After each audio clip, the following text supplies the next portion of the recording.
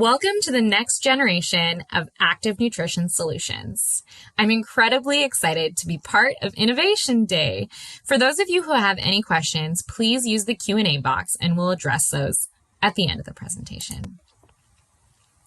My name is Sarah Gonsalves. I'm the National Application Development Specialist for Nutraceuticals. I've been with Univar Solutions for almost 8 years in innovation and development.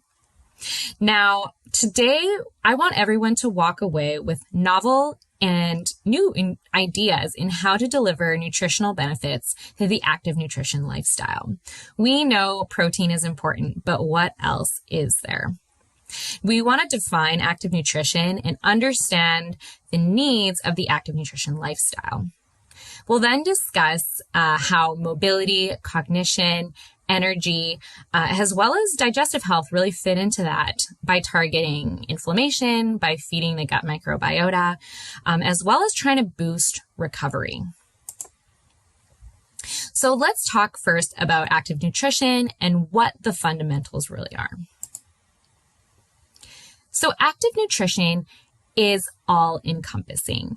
It really takes into consideration both the physical and mental performance. Now, when you're looking at types of active lifestyle, it can consider anything and anyone, I should say, from your weekend warrior all the way up into your competitive athlete. You can take into consideration walkers, yogis, all of it. What's really interesting is it also takes into consideration all age demographics. Now, I would go back and say almost to prenatal. However, when you take into consideration, adolescents, teens, all the way up into your adult life and the aging population. This means it gives you the opportunity to support more market spaces. I consider it more of a holistic approach to overall well-being and being able to broaden your consumer base. So let's go over some important facts. Now, the global nutrition market is projected to double by 2028 to be valued at almost $24 billion. Now, that's massive, but when you take a look at what consumers are thinking about, it makes sense that the world is undergoing this paradigm shift. So when you look at 41% of US consumers, they feel more in control of their health when they make changes to their diet and eating habits. When you look at UK consumers, 71% agree that trying to manage both their diet as well as exercise is necessary to maintaining their stress. Additionally, especially taking a look at how 32 to 49% of soccer players were diagnosed with osteoarthritis, so the degeneration of cartilage. It's important to understand that maybe there's something additional that we could be doing to help prevent certain diseases such as osteoarthritis. Now, when it comes to active lifestyle, we know protein is important, and that's why this title it's really titled Protein is Key.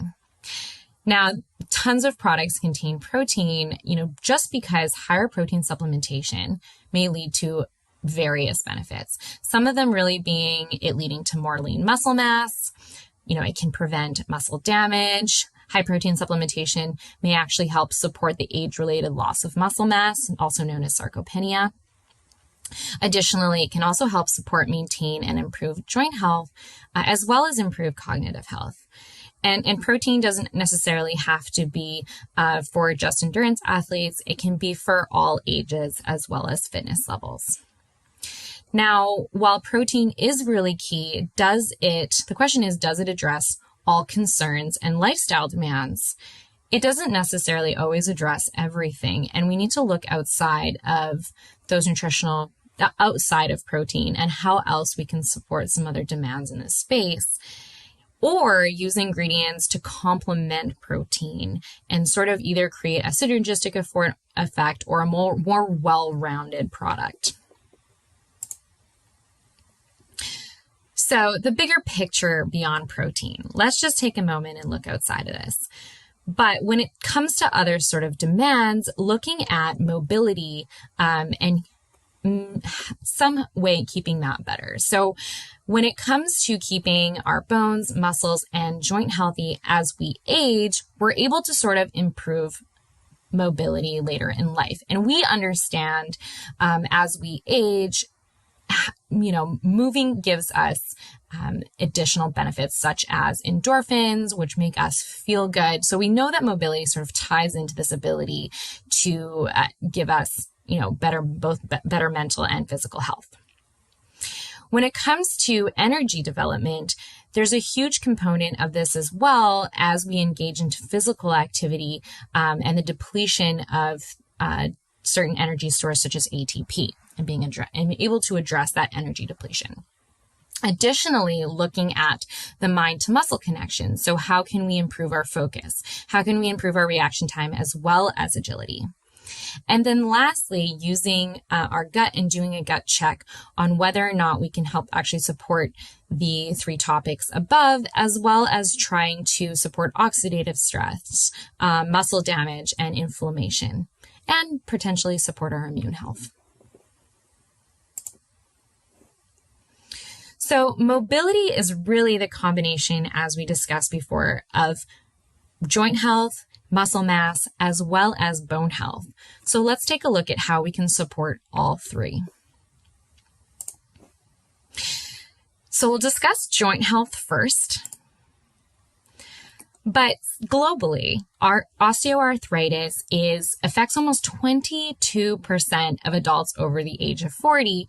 So we understand that osteoarthritis is caused by a multitude of factors, but one of the most well understood mechanisms is inflammation of the chondrocytes. So chondrocytes are cells that help manage cartilage and both produce it and in both anabolic and catabolic processes.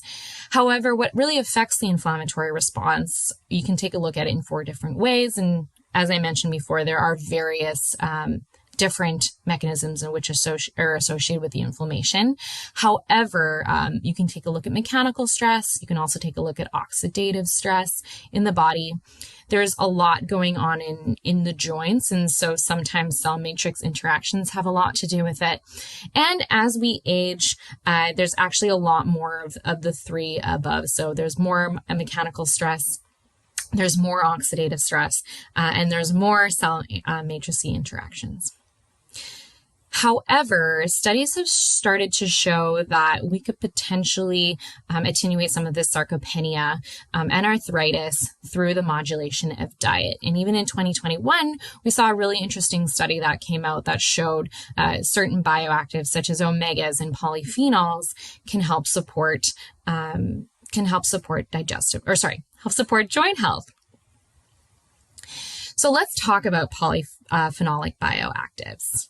Now, polyphenolic bioactives, there are a few, but in terms of which ones show benefits to our joint health.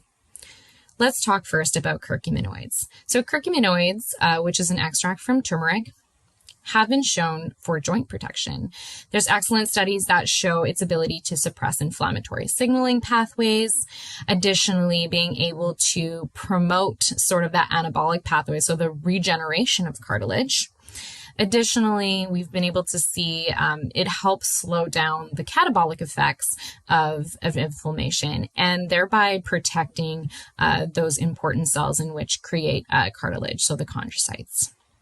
Now, turmeric has also shown really interesting studies in helping us support and reduce, delayed onset muscle soreness, something like DOMS, additionally increased grip strength and improved endurance. So you can see where curcuminoids play an excellent role within active nutrition.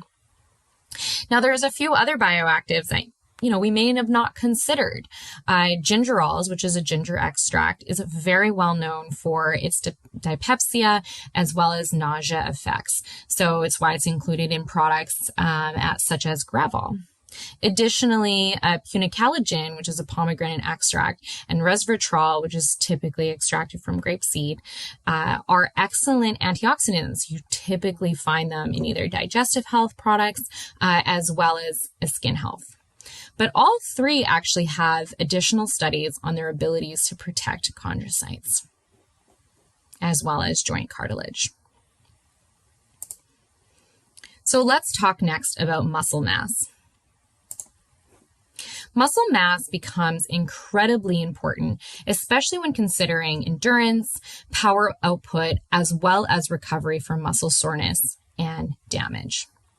The biggest part of muscle mass is trying to make sure that muscle protein synthesis is greater than muscle protein to achieve that muscle growth and mass. Now, as we age, we understand that muscle protein synthesis actually really does slow down.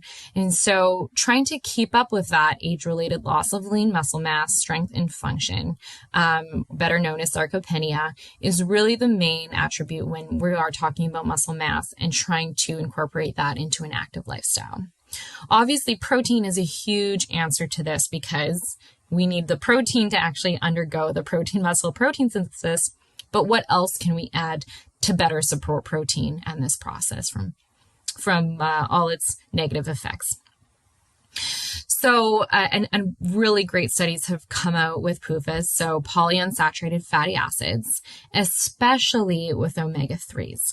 Now, omega-3 has been really shown to increase the rate of muscle protein synthesis, as well as improve mitochondrial respiration, which we'll talk about a little bit later, thereby supporting sarcopenia. Additionally, there were some studies done on healthy women who played soccer, and during a 2-week immobilization period, the women who were taking omegas actually showed that they underwent less muscle they underwent higher rates of muscle protein synthesis, during that 2-week immobilization than their counterparts who did not take the omegas. I think there's huge implications of how the omegas can help support, whether you're on bed rest or you've had an injury and you're not working out. So using omegas in something that can help tell a recovery story in your product is incredibly beneficial. We're adding omegas to a protein product. So let's take our first inspiration break here. Now, we've created this recharge and recovery shot. What we've done here is we've added a plant-based protein because, as we mentioned, proteins are incredibly important. But then we've added turmeric extract to actually help with that inflammation that we talked about as well. Also to help decrease that potential delayed onset muscle soreness that we saw. Additionally, you could add some plant-based omega-3s to help support that muscle protein synthesis after that active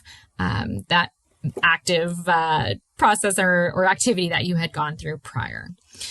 So creating a product like this, you've now created a supercharged recovery wellness ingredient, finished product.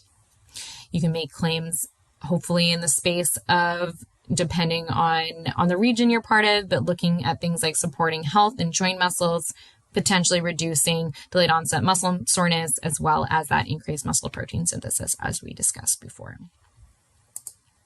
Stay tuned. We will have another inspirational break number 2 coming up. But first, we'll talk about bone health and some other benefits that we can incorporate into the active lifestyle. But bone health is really interesting because when we discuss bone health, we're really also discussing bone mineral density. Now, bone mineral density varies highly throughout our lives.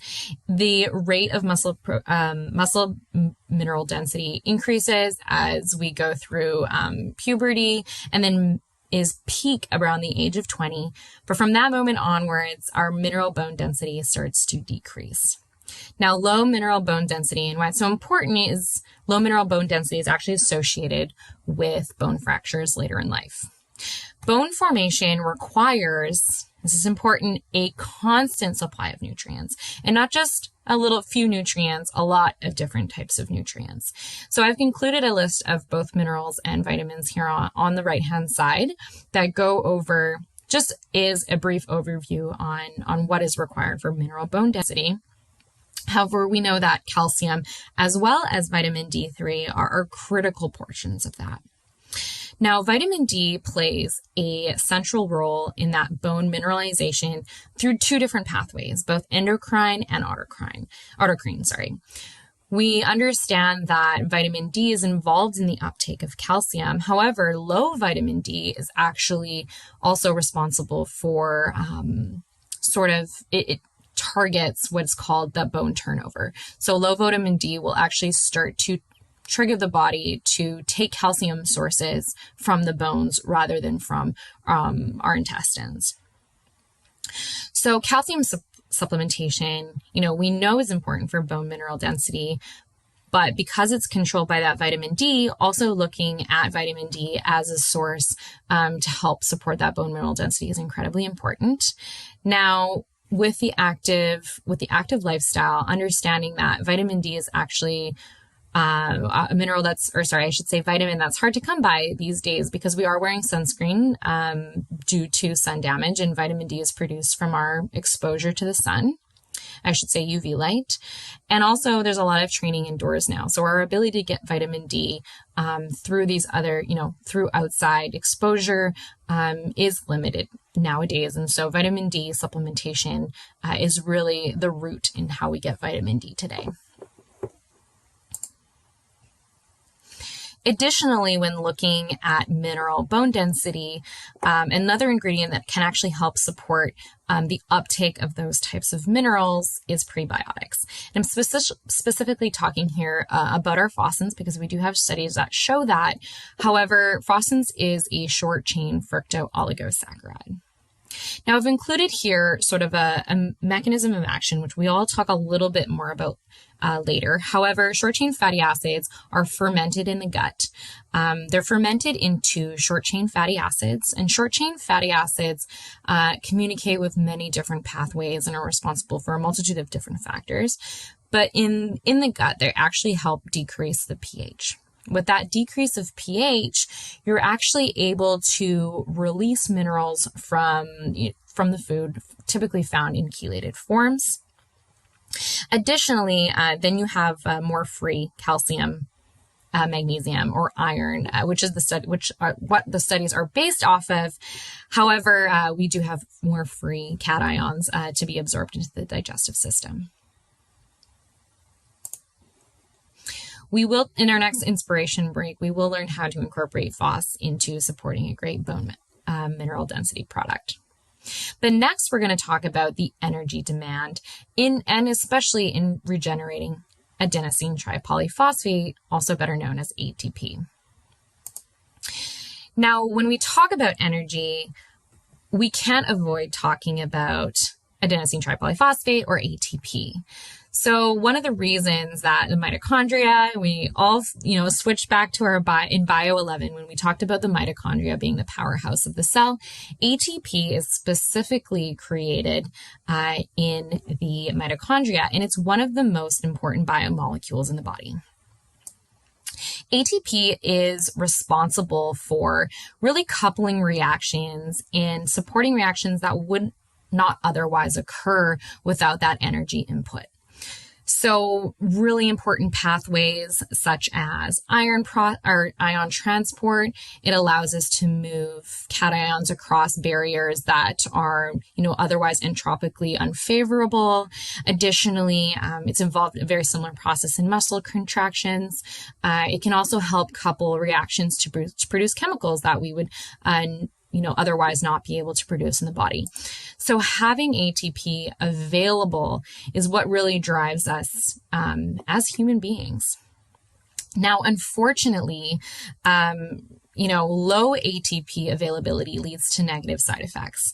So it has effects on the skeletal system. It has effects on female reproductive system. Additionally, cardiovascular health, upper respiratory illness. And very important to this presentation, it results in slower recovery time. So when you look at ATP, I've provided, 5 examples here today. ATP can be produced from various micronutrients, but some examples are glucose, amino acids, ketones, short-chain fatty acids, as well as lactate, are some of the more common ingredients when talking about production of ATP. Now, when it comes to energy, being able to address And what we really strive for is being able to address the long-term energy solution. Typically, when we start to feel fatigued, we may reach for a cup of coffee or some caffeine to help us recharge and fight off that initial energy, that initial energy demand, I should say. Provides us with actually a short jolt of energy. And it does make a great sports nutrition product because it provides a little bit of analgesic effects and fights off that muscle fatigue when you are really working out. But when you're looking at an active nutrition product, trying to restore that energy demand or that short ATP after that physical activity can address the long-term energy demand. So how do we address that? We can produce glucose through carbohydrates. We can break down proteins we can break down proteins to produce amino acids. We can obtain ketones from medium chain triglycerides and healthy fats. We can also obtain short chain fatty acids, as we talked about earlier, from fermented short chain fructooligosaccharides in the gut. So to talk about where short-chain fatty acids come from, we do have to talk a little bit about gut health as well as the microbiome. Residing in our gut is a very diverse microbial community. These microbes are responsible for producing a multitude of metabolites that communicate with the remainders of our bodies. So hormones, neurotransmitters, enzymes, as well as what we discussed before in those short-chain fatty acids. There are plenty of modulators of the microbiome. So, diet, stress, anxiety, and depression, resting, as well as exercise, and hydration, as well as genetics and age. However, where we're able to control that diet is through increased amount of fiber, prebiotics, probiotics, the emerging field of postbiotics, micronutrients. We also already talked today about polyphenols and healthy fats. But going into prebiotics, what do they do in the digestive system? Something like Fossence, as we talked about, being a short-chain fatty acid, not only does it create softer stools as a fiber source, but it's actually able to increase the beneficial bacteria. Now, as you start to feed the beneficial bacteria and you're growing that colony, you start to actually get an increased production of short-chain fatty acids. That helps support gut permeability, as we talked about before, which supports improved nutrient absorption. But it also, because there's an increased amount of beneficial bacteria, you get a decreased amount of pathogenic bacteria. So now you've created positive effects on local gastrointestinal immunity, which can have positive effects on overall immunity. You've created a lower pH, and you've also you've helped improve gut maturation. So we talked about how fructooligosaccharides are good for the digestive system. However, when it comes to those short-chain fatty acids, they can actually additionally be used as a source of energy, so the production of ATP. So increased amounts of short-chain fatty acids in the blood can be used as an energy source by both the liver and muscle cells.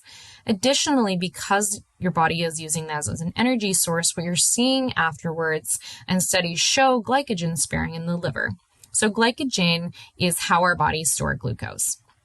So while your body is undergoing less gluconeogenesis, you can use that glycogen later on. And so what you've now been able to do is use it as an energy source and also use it as a long-term energy source.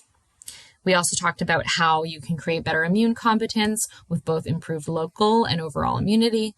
We talked about how it can help reduce GI stress with increasing a better permeability. And additionally, we also talked about that long-term focus on mobility and how we can actually help support better nutrient absorption for the bones. Next, we'll discuss that important mind to muscle connection. So being able to push ourselves to the next step, improving our focus, reaction time, as well as agility. Now, cognition is an important aspect of active nutrition because the lack of focus is what really leaves us craving the ability to function at a higher physical and cognitive level. Cognitive function has been correlated, or the decline in cognitive function, I should say, has been associated with inflammation, oxidative stress, that impaired mitochondria, so the lack of ATP, as well as mental health disorders and aging. But how do we improve that mind to muscle connection? Well, we can maximize choline availability for better cognitive and physical performance. So acetylcholine is a very important and well-studied neurotransmitter that is both responsible in memory function as well as muscle. Now, how do we increase the amount of acetylcholine? Well, we're able to do that through choline donors. A really amazing one is an ingredient called alpha-GPC. Now, our supplier, ChemiNutra, provides this premier choline donor that is able to show, or has studies that show its enhanced cognitive function, its ability to optimize muscular output, sharpen agility, as well as delay mental fatigue. So there's a lot behind trying to increase acetylcholine availability for our brain and muscles.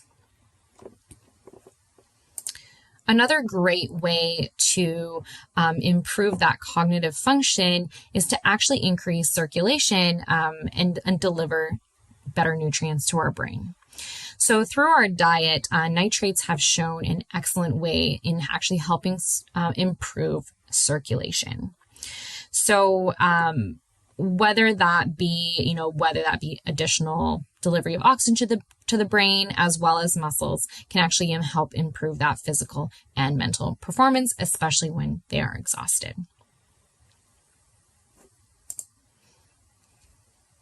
Something natural to sort of include into your product would be potentially a beetroot juice extract. So there are products, and ours specifically, the RedNite, is standardized to 1.75 to 2.75% nitrates. It is a very potent antioxidant, and what that allows for you to do is the beetroot juice actually works as an antioxidant to allow the nitrate species to live longer and improving circulation further. Additionally, you can sort of improve that muscular output during fatiguing exercises, and you're able to do that through that additional oxygen delivery. And that leads us to our inspiration break number 2. So after reviewing all of those ingredients, how do we incorporate them into a product? How about doing a focus-boosting prebiotic electrolyte beverage premix? It's a very big mouthful, but you could add a different amounts of these ingredients to create a great product. But let's say you start with protein as a very beneficial ingredient, and then you had fiber, short-chain fructooligosaccharides for that energy, immunity support, as well as that digestive health. Additionally, you could add some micronutrients to boost that joint and bone health aspects. So adding vitamin D, calcium, magnesium, and phosphorus. Doing that also actually helps support hydration, and including some of the loss of important minerals from when we sweat. Additionally, you can make it a very supportive focus product. So on the go, you needed a little bit more boost. You've added some alpha GPC. And then you could also further include a great circulatory product to help deliver all of those nutrients and use the beetroot juice extract. So in this presentation, I hope that we have provided some novel and interesting ingredients into which to help support protein to reach some additional lifestyle needs. So targeting inflammation, improving the digestive health, as well as improving the mind to muscle connection through the addition of polyphenols, antioxidants, prebiotic fibers, and choline donors. So thank you so much for having me today, and I'm really looking forward to discussing some of the questions that you have here. So we will flip over to that now.